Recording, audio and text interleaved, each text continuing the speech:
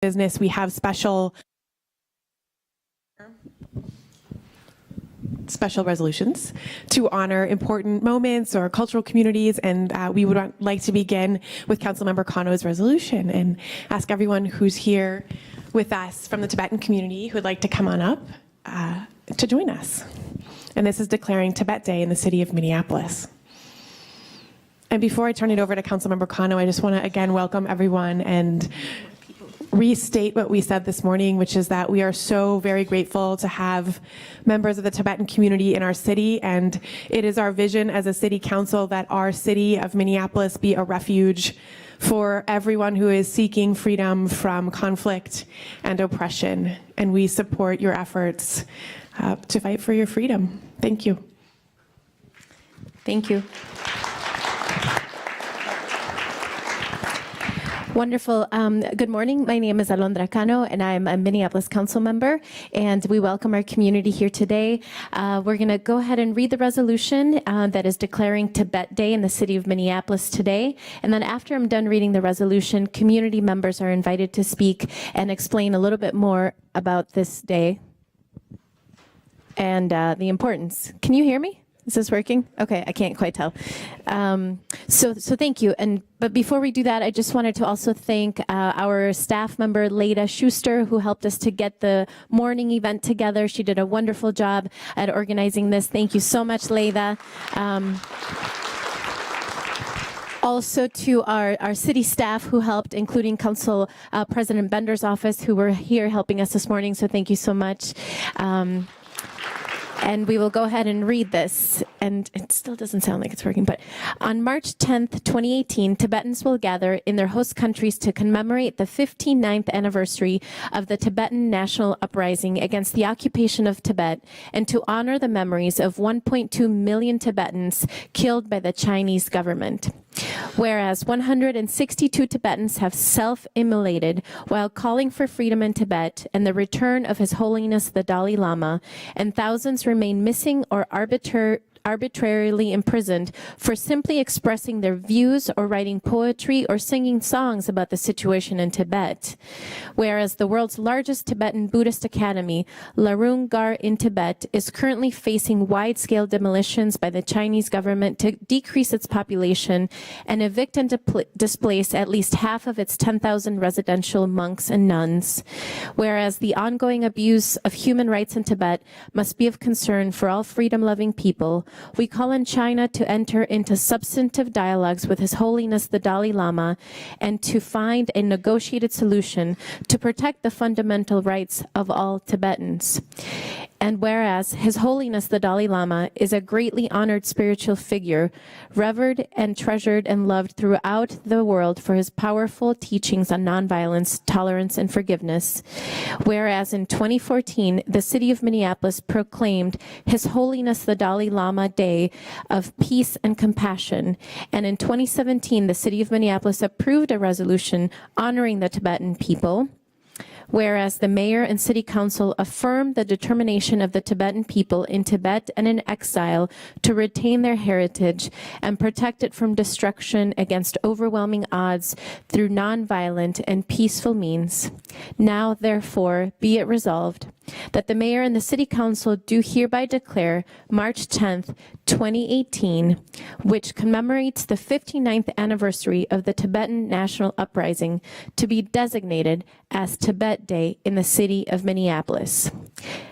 The mayor and the council hereby urge the government of China to respect the Tibetan people's right to self-determination, to safeguard their human rights and their pristine environment, and to immediately resume dialogues with His Holiness the Dalai Lama and the Central Tibetan Administration.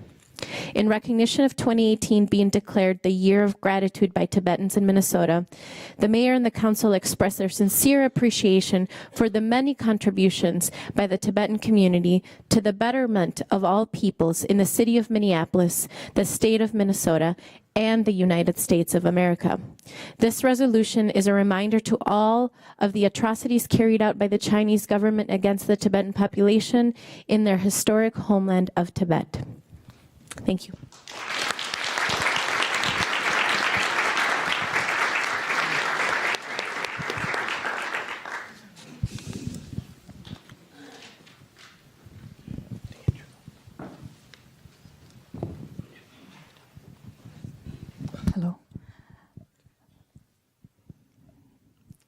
Mayor Jacob Frey, Council President Lisa Bandu, Minneapolis City Council members, good morning to you all, and Tachi Delek, a greeting in Tibetan. Thank you for supporting this resolution on this historic day. Recognition of this resolution, historic day for people of Tibet, is a tremendous joy and blow to the face of Chinese government.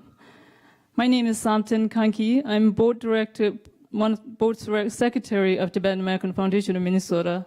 I thank you for giving this opportunity to speak on behalf of our community.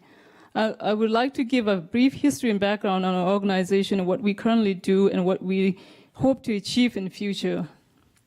Tibetan American Foundation of Minnesota is a registered nonprofit organization and was first founded in 1992 to aid in the resettlement of Tibetan immigrants to the state of Minnesota. The Congress, under the Immigration Act of '90, granted 1,000 immigrant visas to Tibetans living in India and Nepal. With the help of a group of volunteers, American host families, 160 Tibetans were resettled in Twin Cities area between '92 and '93.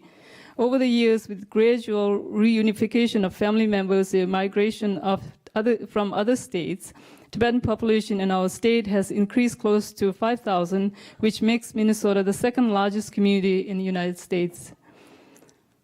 Since the first arrival of Tibetans in '92 here in Minnesota, Tibetans have worked hard against all odds to build a thriving and exemplary community that places strong emphasis on self-reliance and education.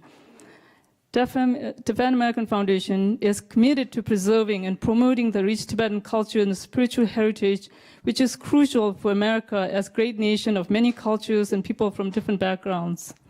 In order to hold our commitment, we provide different programs at our center, including Tibetan language school, traditional music, dance lessons, sports, youth development programs, spiritual services, social services, student mentorships, scholarship, health education. We have Tibetan language school with 160 students attending language class in every Saturday with 13 teachers, classes ranging from kindergarten to grade 8. We also have mentorship where our senior students volunteer and mentor our junior students. We have traditional music and dance students. We usually have them perform at such events, and they couldn't be here today because of regular classes. Under our social services program, we not only provide services for our community, we also provide meal services for homeless shelters, sponsorship for destitute and children with disability in India and Nepal. We are loving and compassionate people as known in many work areas and communities. Many of our Tibetan community work in 5 different hospitals here in Twin Cities: Abbott, HCMC, Children's, Fairview, and U of M. This job area especially interests our community with our value of helping and caring for others as guided by our spiritual leader, His Holiness the Dalai Lama. Under the vision and leadership of His Holiness the Dalai Lama, there has been many compassionate work carried out in this much needed time. In year 2016, there has been a conference of U.S. mayors, a summit of 200 mayors dedicated to build more compassionate communities. His Holiness met with Mayor of Rochester, Minnesota, and other 2 mayors to discuss a practical, human value-based curriculum for American schools. In 2011, Louisville, Kentucky adopted a name City of Compassion, and Anaheim, California declared itself a City of Kindness. Both these cities have been leading a parallel movement on promoting human kindness and compassion as cause championed by His Holiness. Our community here in Minneapolis look forward to building such community here and would like to request your support and assistance in such efforts in the future. Once again, I, on behalf of the American Foundation of Minnesota and community here, with immense gratitude, I would like to thank Mayor, Council President, Council members who have made this day a historic day. Thank you.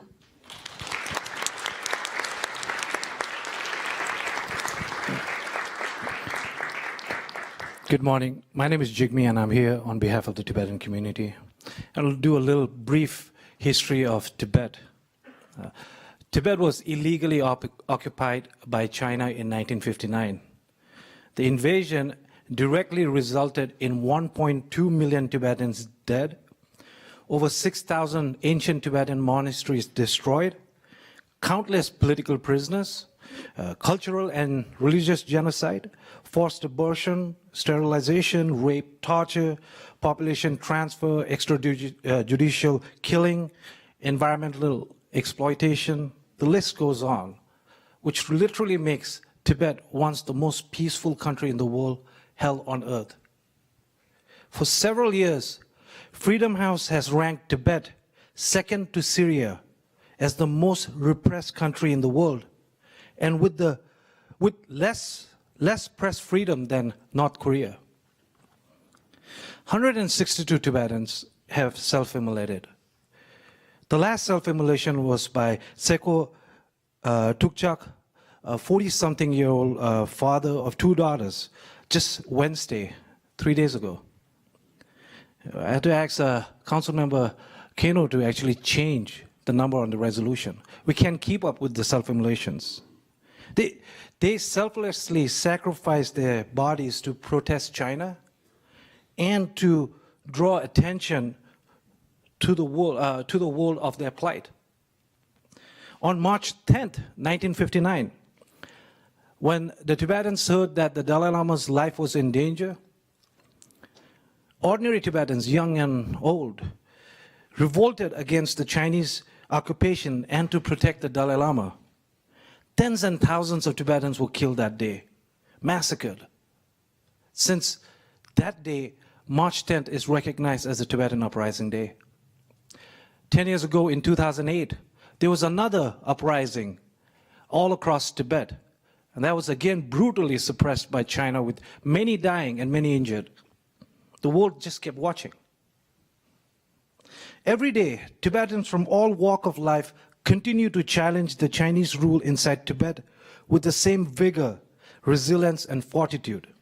The Tibetan resistance continues to be stronger than ever, and it will definitely last longer than the CCP government.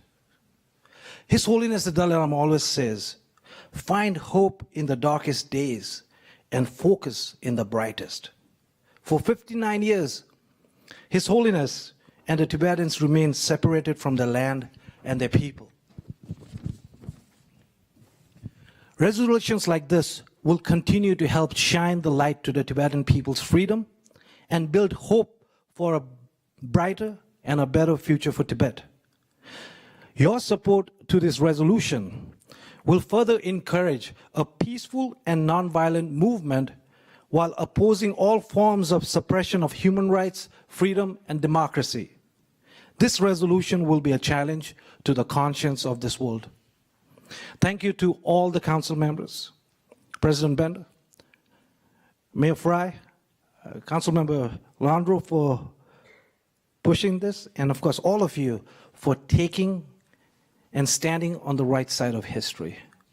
Thank you.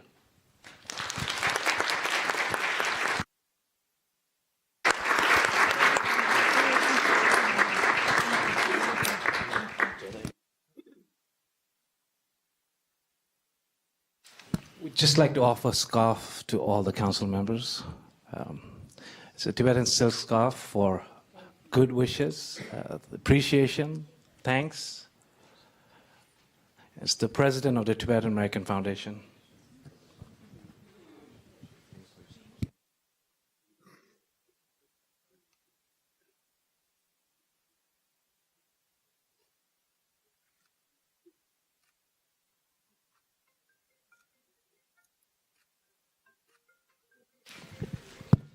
Thank you so much. And thank you to Councilmember Kano for her leadership on this resolution and all of her leadership in supporting our immigrant communities.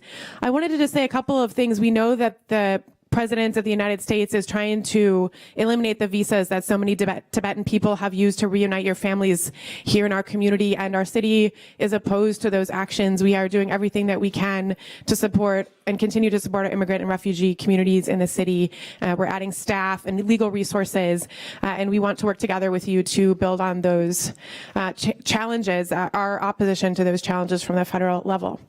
And as we finish here, I'll just wait as we make sure every council member is honored with a scarf.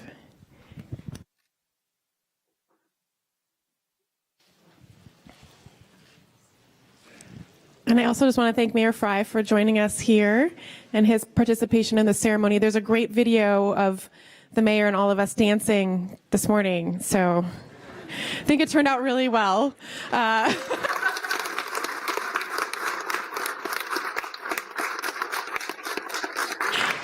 Thank you. Thank you so much again.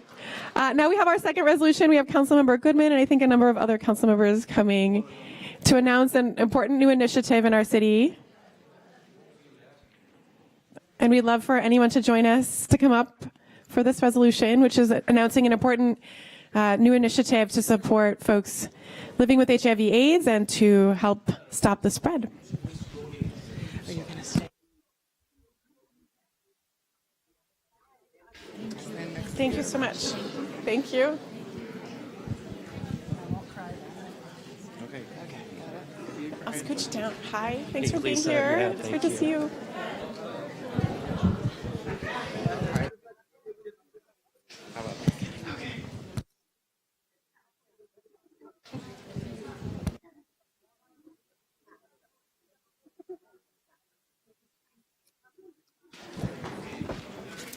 All right, as we're kind of coming in and going, I want to turn this over to Councilmember Goodman, and we're joined by a number of our colleagues here. And this resolution is signing on to the Declaration of Fast Track Cities Ending the AIDS Epidemic.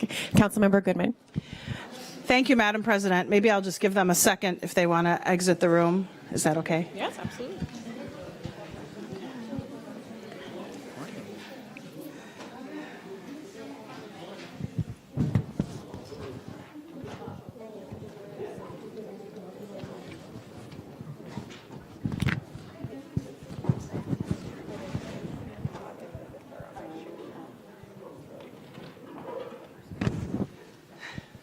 Well, thank you everyone for being here today. Normally when I talk about this issue, I start to cry, and so I'm going to try not to do that because it seems to be a pattern with me, passing resolutions and sobbing during them. So I'm going to try not to do that today. I come to this issue from a very personal place, which is why I stepped forward to lead the city's effort to sign on to the Declaration of Fast Track Cities to end the AIDS epidemic by 2030. It's actually unbelievable to me that this many years later, we're still here discussing this issue and making proclamations. And I want our friends in the movement to know that this is no longer a question of making a proclamation. This is a question of resolving the issue and getting something done. And I think we can do it before 2030, especially if we can make sure that access to PrEP in our community is widely available, not if only you have health insurance, but we need to make it something that is very widely available in our community, and I'm very committed to working on this, as is our health department. So I'd like to read the resolution, and then there are a number of leaders and members of the community who want to say a few words, if that's okay, Madam President. Signing on to the Declaration of Fast Track Cities Ending the AIDS Epidemic. The original Declaration of Fast Track Cities Ending the Epidemic was initially signed by 27 cities from around the world on World AIDS Day in 2014. More than 63 additional cities have signed on to this declaration, including only 16 in the U.S. Whereas the HIV/AIDS remains one of the most serious global challenges with an estimated 76 million total infections and over 35 million deaths since the heart of the epidemic. Think about that, 35 million deaths. That is an enormous number. The HIV/AIDS epidemic not only affects the individual health of individuals, but impacts family, friends, loved ones, and communities, whereas HIV affects people of every background, race, gender identity, sexual orientation, age, socioeconomic status, but disproportionately impacts marginalized populations and contributes to current health disparities, particularly amongst men who have sex with men, transgender individuals, people of color, and injection drug users. And whereas stigma and discrimination remains a significant barrier in entry care and treatment and highlights the need for policies that advance health equity.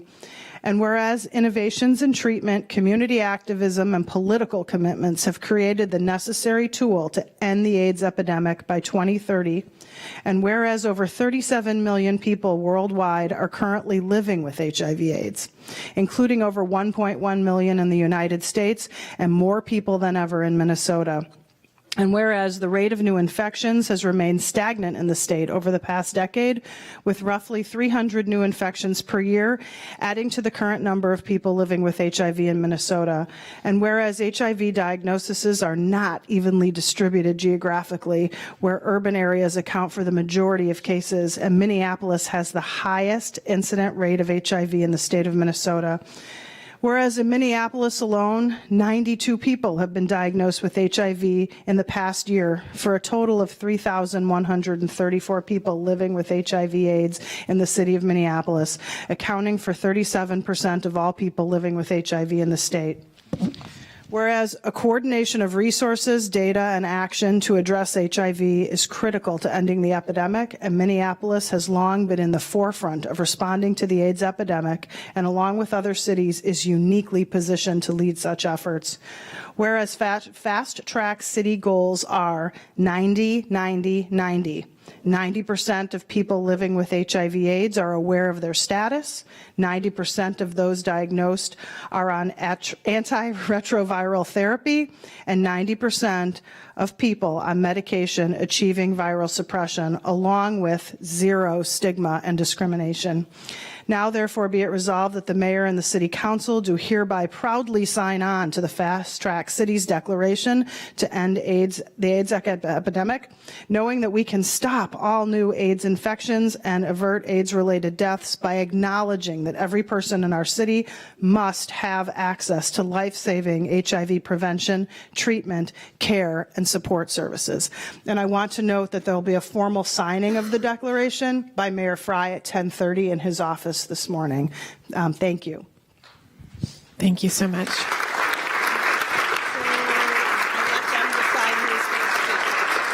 We would love to welcome comments from the leaders from our community who.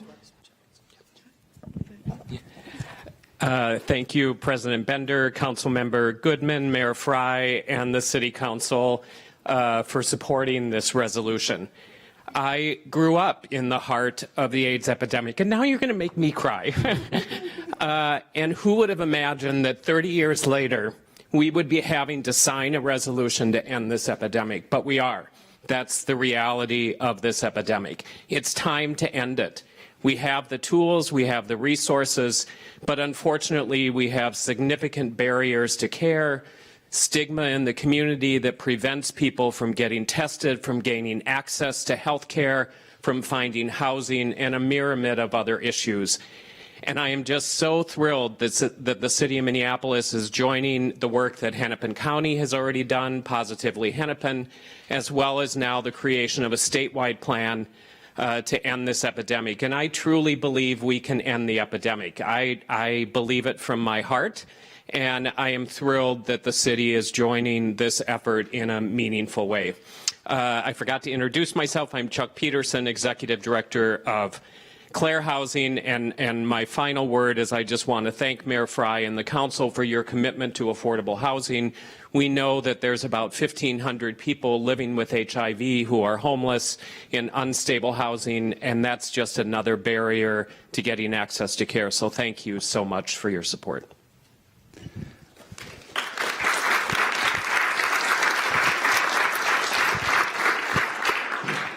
My name is Matt Tobjorn with the Minnesota AIDS Project, and want you to know that nearly every day in Minnesota, someone is newly diagnosed with HIV/AIDS, and their life changes forever. Unfortunately, we have seen this trend flatline for the last 15 years, and we continue to see the same new infections, and the number of folks living with HIV in Minnesota continues to grow. And in addition to this, the face of HIV is changing. It is becoming more and more representative of disproportionate communities, and communities of color are bearing a greater and greater share of this disease. But it doesn't have to be this way. We have the knowledge and the tools to change the course of this epidemic. With today's advances in modern medicine and prevention, we can see the light at the end of the tunnel to end AIDS in a decade.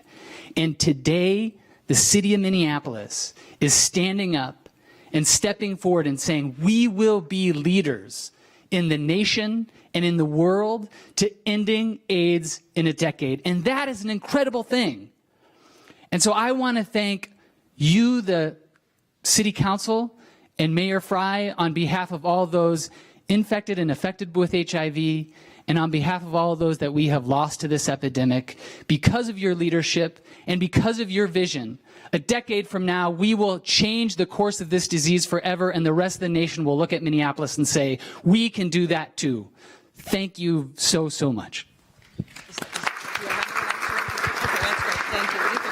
Thank you so much. You know, I think a lot of us city council members were children or babies or not even born yet in the height of the disease and the intense stigma and discrimination that you all led through and fought against. And I think many of us have grown up in a time when I hope the stigma is less, but it is important and a good reminder to all of us that we have to continue our commitment to lead in fighting this disease. So thank you so much for all that you have done and your bravery and your leadership, and we support you. Thank you.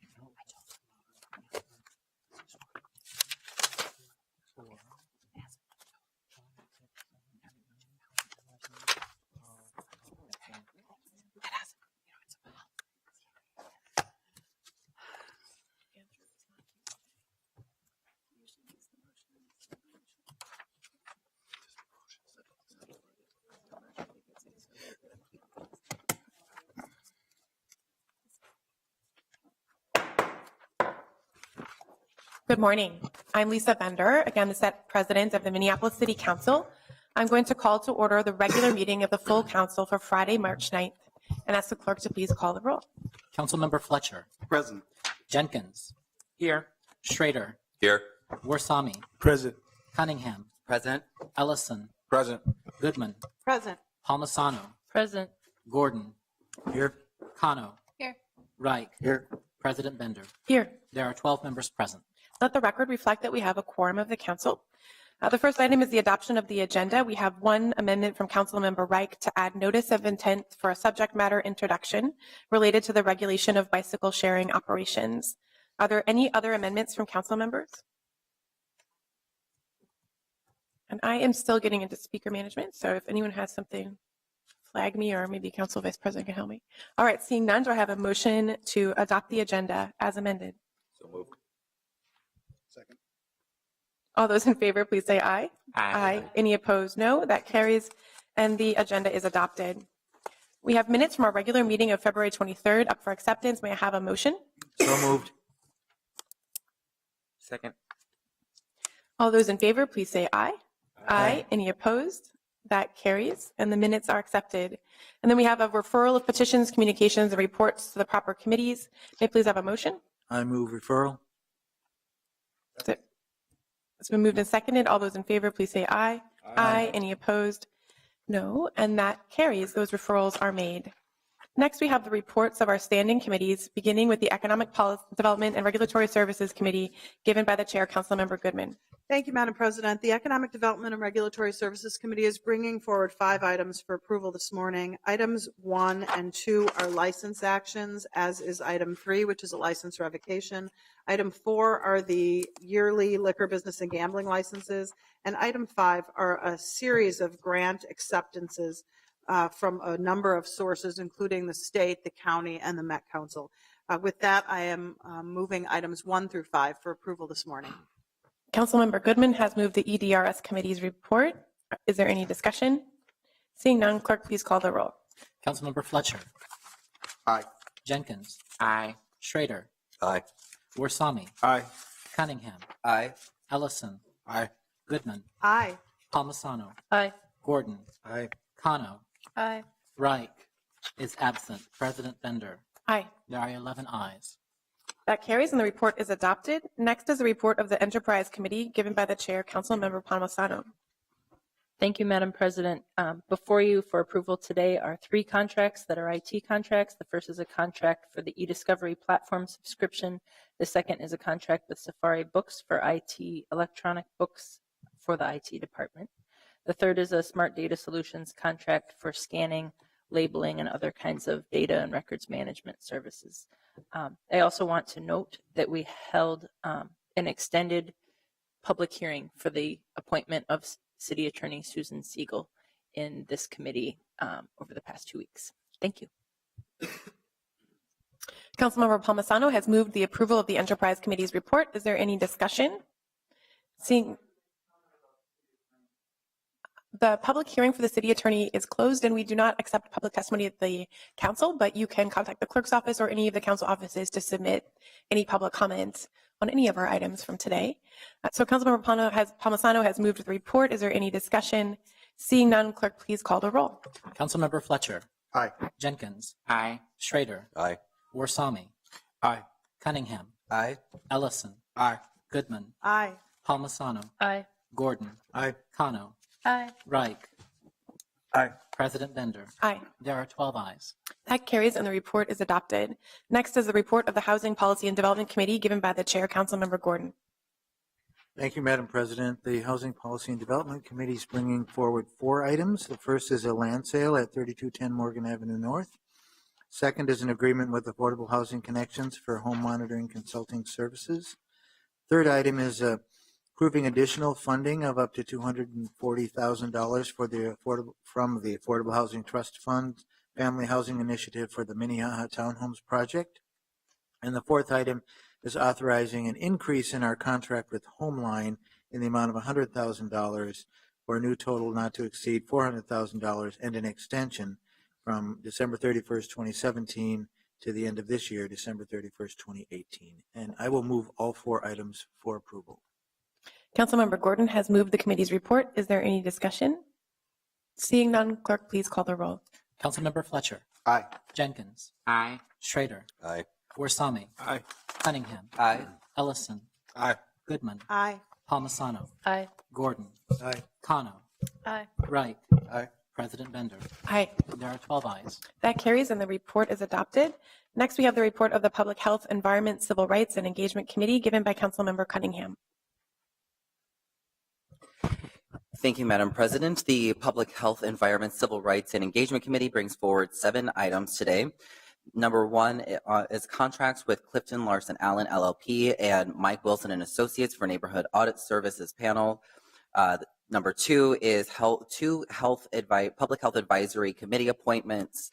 3 is contract with Fairview Health Services for lab testing services associated with the city's school-based clinics. 4 is a host agency cooperative agreement with MPHA. 5 is accrual and use of sick and safe time ordinance. 6 is youth violence prevention staff directive to bring back around recommendations on the future of the Youth Violence Prevention Executive Committee. And number 7 is a contract with the Neighborhood Health Source to provide sexual health services for young men of color. I also would like to mention that at the February 26th meeting, we had a comprehensive presentation on the violence prevention work that is happening at the city of Minneapolis. So I recommend folks, my colleagues, checking it out. And I move approval of these items. Thank you. Councilmember Cunningham has moved approval of the committee report. Is there any discussion? Seeing none, clerk, please call the roll. Councilmember Fletcher. Aye. Jenkins. Aye. Schrader. Aye. Warsami. Aye. Cunningham. Aye. Ellison. Aye. Goodman. Aye. Palmisano. Aye. Gordon. Aye. Kano. Aye. Reich. Aye. President Bender. Aye. There are 12 ayes. That carries and the report is adopted. Next is the report from our Transportation and Public Works Committee presented by Councilmember Reich. Thank you, Madam President. The committee forwards 19 items today for full council consideration. Item 1 is the 5th Street Southeast Pedestrian Bicycle Bridge. This is a municipal consent action on behalf of the city to the state. Item 2 is the Penn Avenue North Street Reconstruction Project. Actions to proceed with that project. Likewise, item 3, Penn Avenue South, that's Lake Street to West 36th Street. That's a street reconstruction project. Item 4 is the 61st Street West street reconstruction project. Item 5 is the reappointment of Robin Hutchinson for the Public Works Director, a position for 2-year term beginning January 2nd, 2018. Item 6 is the agreement with the Minnesota Department of Transportation for delegated authority of federal aid projects. Item 7 is the contract with Menzel Enterprise Incorporated for towing services. Item 8 is the contract amendment for Bar Engineering for North Region modeling work. Item 9 is the contract amendment for the People's Electric for additional LED light fixtures in the ABC parking ramps. Item 10 is a contract amendment with Waste Management Incorporated for continued transfer station operation services. Item 11 is a contract amendment with Interstate Improvement Incorporated for concrete pavement rehabilitation. Item 12 is the contract amendment with Zahn Associates for work in the 4th Street reconstruction project. Item 13 is the interagency cooperative agreement with MnDOT for construction of traffic signals. Item 14 is the Corridors of Commerce Program supported projects. Item 15 is the Oak Park Alley reconstruction project, and that is a public hearing set for May 1st, 2018. Item 16 is the application for Hennepin County Bicycle Sidewalk Grant Funds. Item 17 is the D-Line Bus Rapid Transit Draft Station Plan. These are the comments submitted by the city. Item 18 is the bid for installation of large diameter cured in-place pipe. And the final item is the bid for Fridley Lift Station improvements. I move all items as submitted, Madam President.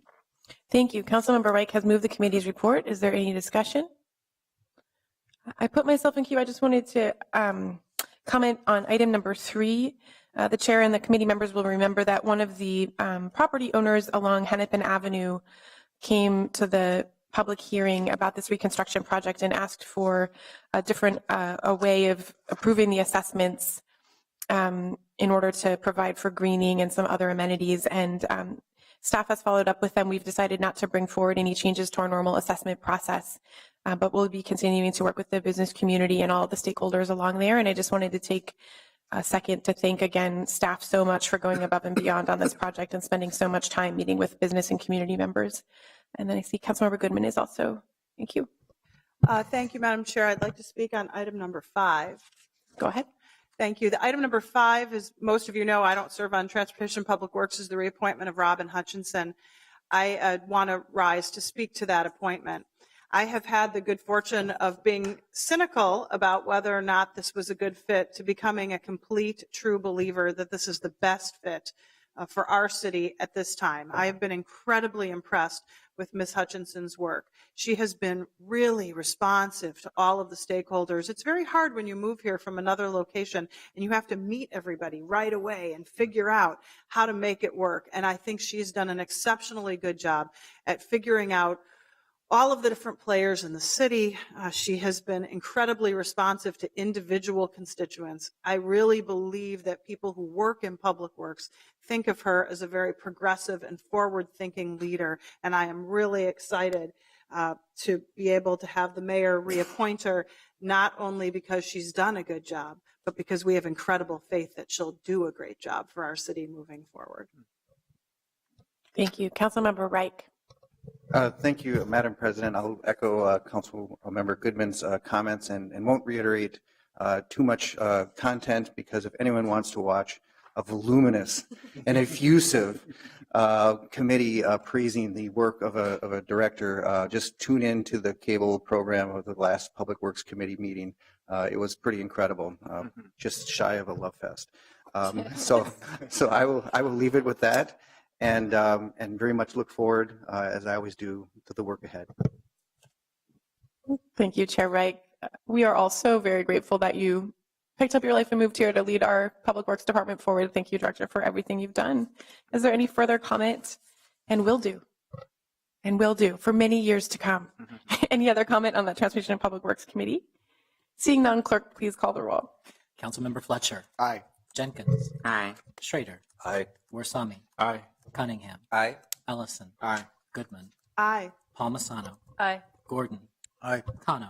Aye. Wright. Aye. President Bender. Aye. There are 12 ayes. That carries and the report is adopted. Next, we have the report of the Ways and Means Committee chaired by Councilmember Warsami.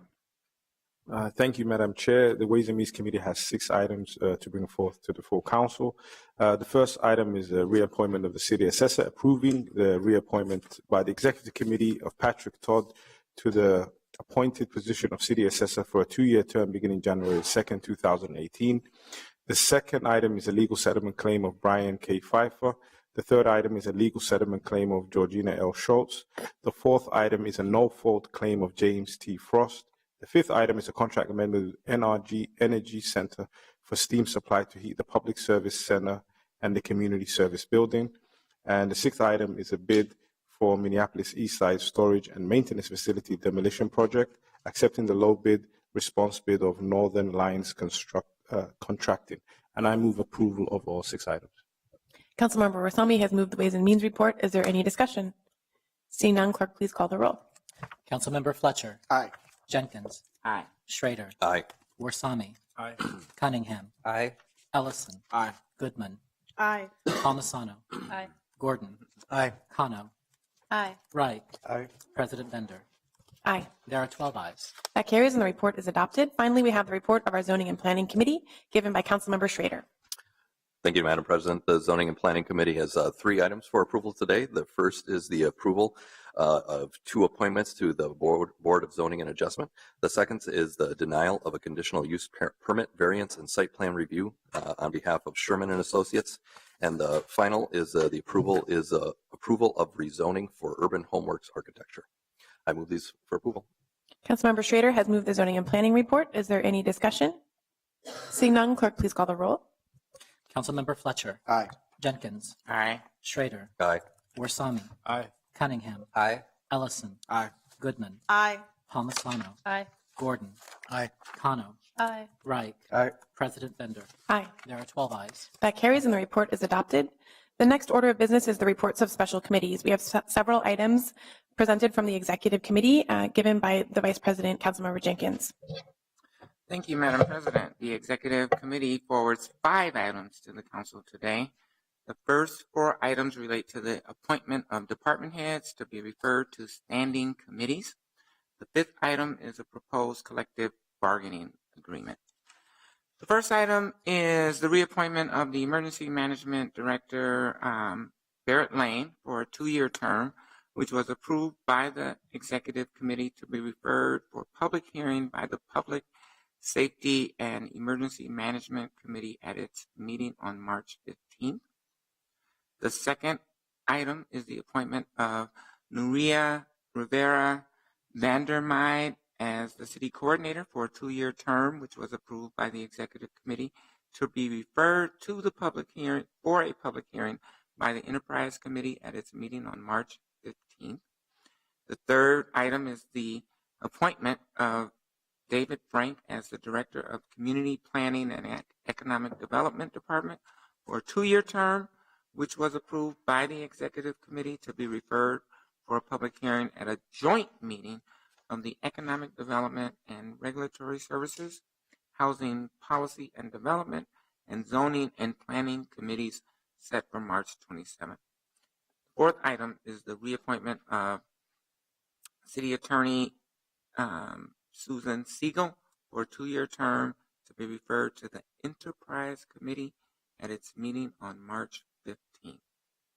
Final item is a referral of a proposed collective bargaining agreement with the Minneapolis Building and Construction Trades Council with a series of recommended related actions to the Ways and Means Committee for a report back to the full council. Madam President, I move approval of all 5 items. Thank you. Vice President Jenkins has moved approval of the Executive Committee report. I'll note that we've been joined by Mayor Fry here on the dais as well, and I'll see if there's any discussion on the motion. Councilmember Cunningham. Thank you, Madam President. I just wanted to take a quick moment because this is my first time being involved with the reappointment process or the appointment process as a council member. And I have to say that as an observer, that I feel like I've been witnessing some concerning inconsistencies in how we are approaching the reappointments of some of the department heads. And no, I'm not talking about 2 versus 3 votes. I believe that it's important for us to hold all of our department heads to the same level of examination and scrutiny. What I've seen thus far is it seems that we're holding women leaders in our city to a much higher level than men. It feels necessary for me to say that we shouldn't, I'm not saying we should go easier on men or that our men leaders are not excellent, but it's worth noting that we have not had one male leader be in the newspaper. We have not had one male leader who has had people come to a public hearing and speak out against their appointment. But the women appointments have been considered thus far. Some of them have been met with much higher scrutiny and additional obstacles to the process. I just wanted to share an example of an inconsistency that I saw was that the Office of Emergency Management played a role in the 4th Precinct occupation, which was a major crisis in the last term. And I say this with the utmost respect for former council member Barrett Lane, but I was just surprised that this wasn't even mentioned by any of the incumbents, particularly those who were highly critical of the city's response to the occupation. So if we want this process to have integrity, then we need to be transparent, consistent, and accountable. Thank you. Thank you, Councilmember Cunningham. Councilmember Gordon. I wanted to pull number 4 off for an amendment. Okay.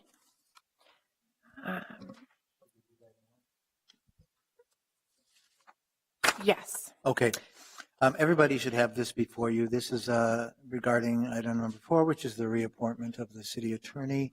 I'd like to move to suspend Council Rule 7, Section 4, related to the conduct of a public hearing for this reappointment, and to direct the city clerk to compile a full record of all public testimony received to date on the mayor's nomination to reappoint Susan Siegel to this position, and forward that to the Enterprise Committee for its special meeting on March 15th for consideration and formulating a recommendation on the proposed reappointment to the full council. I can speak to that briefly if you'd like. Sure, go ahead, Councilmember Gordon. I think this will just close the loop on the rules. I think it will make it really clear. I also recognize that there's been plenty of time for comment already in the committee, and I think that people will recognize having that on the public record is adequate. And this is what I mentioned at Committee of the Whole to all of you that I was going to do, and here I am doing it. Thank you. Is there any discussion on Councilmember Gordon's motion, which you should all have before you as well? Madam President, Yes, Mr. Clerk. just for the council to be clear, this is a motion to suspend the rules, and under the council's rules, that requires a 2/3 vote of those who are present. We do have a quorum, so a 2/3 vote requires 8 affirmative votes in order to suspend the rules to pass this amendment. I just wanted to make sure people were aware that we need 8 affirmative votes. Thank you, Mr. Clerk. So I think I'll just confirm with the clerk that my intention would be then now to call a vote on Councilmember Gordon's motion, and then we'll return back to the committee. So is there any further discussion on the motion? I have someone over in the priority motions queue. No, we're good. That's me. Oh, Councilmember Jenkins. Yes, I just want to speak in support of Councilmember Gordon's motion to suspend the rules and hold the vote today. I believe that we have had significant public input on the reappointment of City Attorney Susan Siegel, in which I plan to vote affirmatively on that motion as well. I believe that Susan Siegel is the right person to lead our city attorney's office at this particular time. I believe that there are some policies that people have been in opposition to, that it is our responsibility to acknowledge and change, but I also believe that Susan Siegel can help us make those changes. So I hope my colleagues vote to support the motion moved by Councilmember Gordon. Thank you, Council Vice President. Mr. Mayor. Thank you, Council President Bender. I'd like to speak briefly in support of Susan Siegel's appointment. Being the Minneapolis City Attorney is a really tough job, one of the toughest in this entire building. The City Attorney's Office has an obligation to enforce and defend policies made by the City Council. And there's a pretty basic bargain between the City Attorney's Office and us as elected officials. We fight for progress, and then she defends it. And throughout the position's history, controversy has been a near constant, and that can be challenging, and Susan Siegel has consistently embraced that challenge. Ms. Siegel has handled her responsibilities with grace and poise, and has also leveraged her office to champion progressive values. When we passed Minneapolis' first in the state minimum wage and paid sick leave policies, there was a good deal of uncertainty around whether those ordinances would survive the inevitable court battles.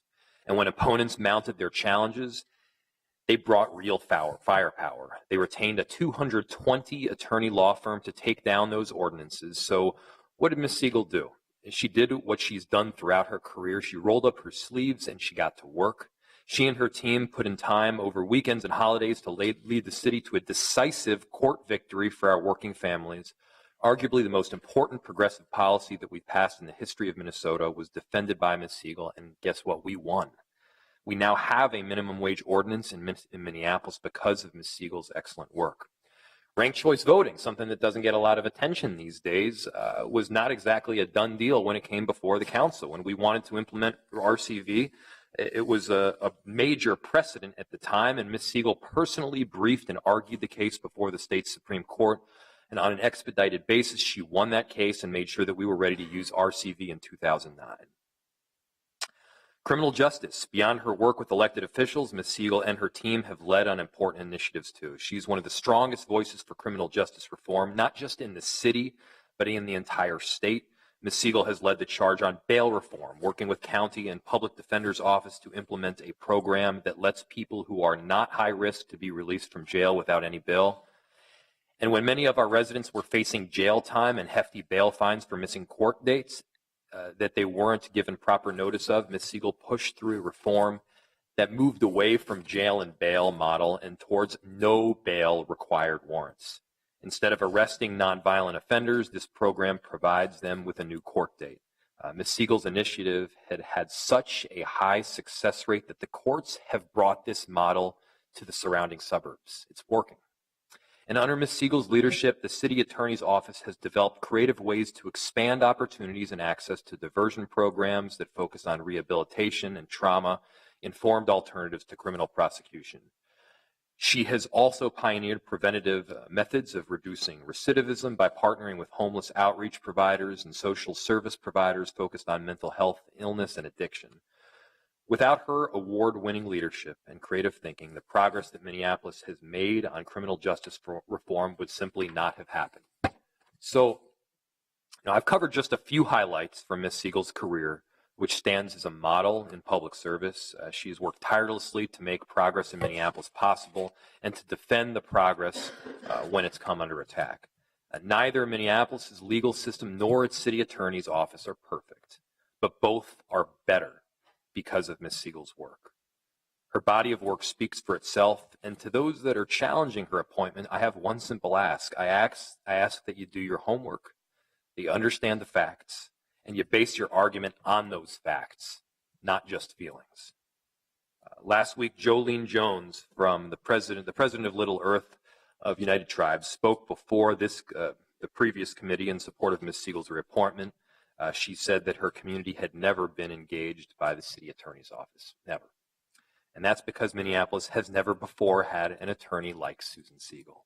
She should be reappointed not just because her record makes so plain that she deserves the opportunity to serve, but because Minneapolis deserves someone more that's going to do more than just spout off the rhetoric. We need someone that's going to defend the progressive wins. She's done that every step of the way. And as to Councilmember Gordon's motion, while I'm certainly not a voting member of this body, I do support it, so long as it's done simply to rectify the previous problems we had with the process. But at this point, I believe that Ms. Siegel has been through quite a bit in her reappointment, and I don't think that she should go through any more. Thank you, Council President. Thank you, Mr. Mayor. Councilmember Gordon. I just wanted to clarify practically what my amendment will do so that it's clear. This is amending the action that would refer it still to the Enterprise Committee, but it would mean that there doesn't have to be another public hearing at the committee. So if it stays on track, that means it would take a stop at the Enterprise Committee and return to the council then next cycle for a final vote. But there'd be no need for another public hearing. I wasn't sure if everybody was clear on that in the language that I read, so that's my plain language version. Thank you, Councilmember Gordon. Is there any other discussion on Councilmember Gordon's motion? Again, this appointment will go to the Enterprise Committee at its special meeting that Council Vice President announced as part of the committee report. It's also in the packet. And then there will be a vote at that committee, and then the appointment would be then re-forwarded back to the City Council at our next regular meeting. Councilmember Fletcher. Thank you, Madam President. I just want to speak in support of this. I appreciate you offering this, Councilmember Gordon. There's something kind of uniquely perverse about asking someone to give us honest legal advice, even if it's not the advice we want to hear, and then holding public hearings where she can be criticized for any of those opinions. We have a very important job to do in considering the performance of our department heads and doing our work as a council and taking public hearing. But she has already had 2 publicly noticed public hearing events, and I think she's the only one who will have 2 publicly noticed public hearings on her work. So I support not having any further. Thank you. Thank you. Any further discussion on Councilmember Gordon's motion? I'll just add myself to just briefly echo a lot of what has been said. I've worked with Susan Siegel as our city attorney for 4 years during my first term in office and now in this new role. And I have found her to be welcoming of any kind of legal challenge that we bring to her. And I think especially in this shift that we're seeing in our city, we're seeing a political shift over the last couple of terms. We've watched Ms. Siegel remind us again and again that her job is to give us legal advice, and it is our job as policymakers to give her policy direction. And the mayor summarized well so many of her accomplishments in her tenure. I would also ask that folks who are here to express concern about things that have happened in the past, even if you oppose this reappointment, keep an open mind to the future, because the things that I have been discussing with our city attorney's office are important changes that I think will affect people's lives in the same way that her work to support ranked choice voting, earn safe and sick time, and our minimum wage have. So we will continue to discuss this appointment. I just want to also add my apology to our city attorney for the error that occurred at our executive committee meeting that has meant that she has had this extended time period of public scrutiny to her work. I know that she welcomes transparency and, has not complained about the process, but I take to heart and I agree with Councilmember Cunningham's observations that it is really important that all of us demonstrate our support for women leaders and leaders of color in our enterprise and ensure that everyone is treated fairly. With that, any further discussion? Seeing none, clerk, since we need the specific number of votes, why don't we call the roll? Councilmember Fletcher. Aye. Jenkins. Aye. Schrader. Aye. Warsami. Aye. Cunningham. Aye. Ellison. Aye. Goodman. Aye. Palmisano. Aye. Gordon. Aye. Kano. Aye. Reich. Aye. President Bender. Aye. There are 12 ayes. That is approved and adopted. That brings us back to the executive committee report, and we have Councilmember Kano.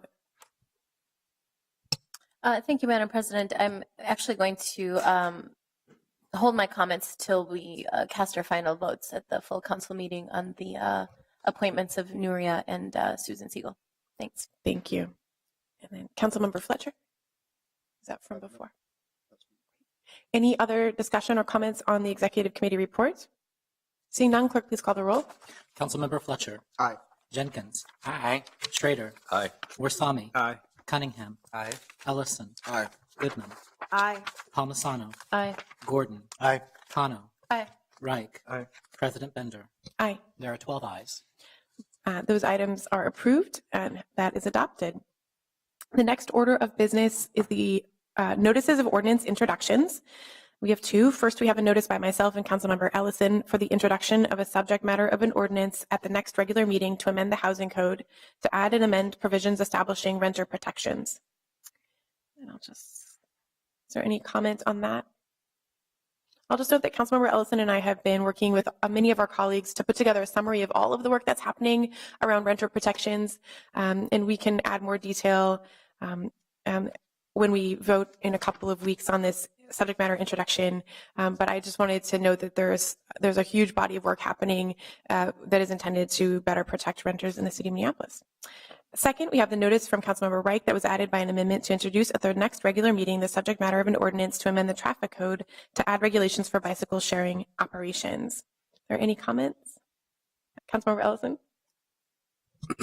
I just wanted to know the level of importance in us dealing with tenant protections. And while Council President Bender and I are going to be working on material, there are other council members also working on things. Councilmember Goodman and Cunningham and Schrader are all working on ordinances. This is going to be, we have had, I think, in the last couple of years, a crisis in affordable housing.